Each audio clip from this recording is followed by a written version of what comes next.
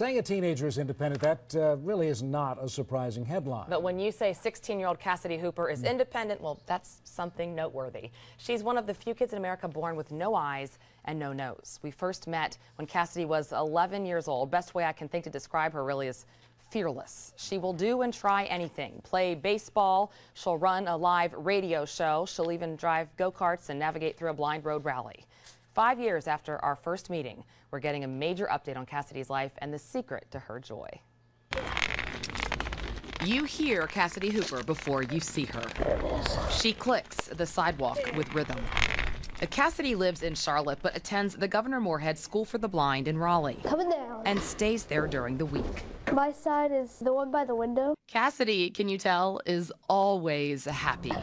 This 16-year-old is not only missing her eyes, she's also going through life without a nose.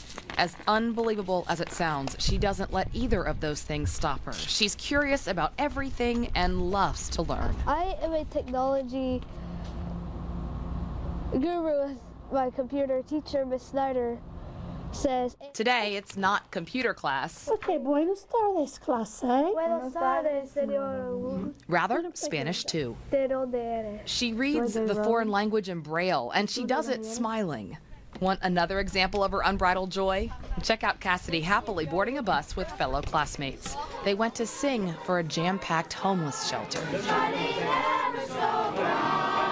She says she not only performed for those listening, By the roadside. but also sang a solo to prove something to herself. In the warmth of Maria's small hand. How does Cassidy overcome the obstacles day in and day out? If somebody, says something, I just try not to let it bother me. So that's the secret to happiness? To not let people get to you? Yeah. Live your own life? Oh, yeah. Be independent? Yeah. I think that's a really good lesson. Thank you. She says that lesson's self-taught. Not all are. Her favorite theory is from the movie Soul Surfer. I don't really need it easy, I just need it possible. Listen to that again. It is not something to take lightly. I don't need easy, I just need possible. Maybe that's why her newest hobby is curling. As in that odd Olympic sport most people who see can't master. That's it. Another thing that's possible, a nose.